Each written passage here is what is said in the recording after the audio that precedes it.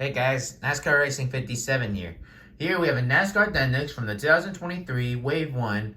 We have a new driver and a new car named Todd Gilland in the number 38 All-American Food car.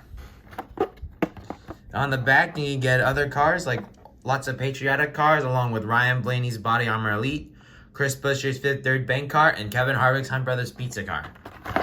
Let's get Todd Gilland out of the box.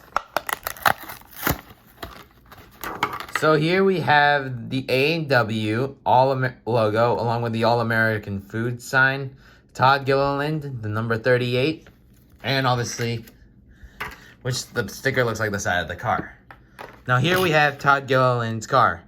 Now Todd Gilland is a new driver in the 2022 NASCAR Cup season, and he is now in his second year. So in his first year as a rookie, obviously you have the rookie stripes, the All-American Food logo, A&W.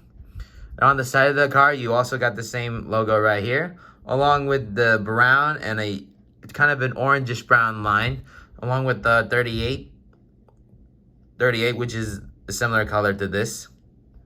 Now, Todd Gilland is actually, the last name sound familiar because he is the son of David Gilland, in which he drove the 38 car too.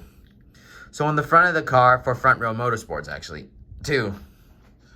So on the front of the car, you got the 38 with the black outline, two small logos of the All-American Food logos. And on the front of the car, you got August 6, 2022. It has the National Root Beer Float Day with two American flags because this car was driven at Pocono during the time. I'm not sure what that is. It must be a fun event that this restaurant does. Yeah, like I said, sorry. I'll put them down and I'll give you a closer look for a 360 view of the car.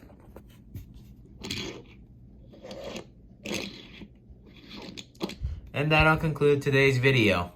Well guys, thanks for watching this episode, and more episodes will come out soon. Thanks for watching and please subscribe.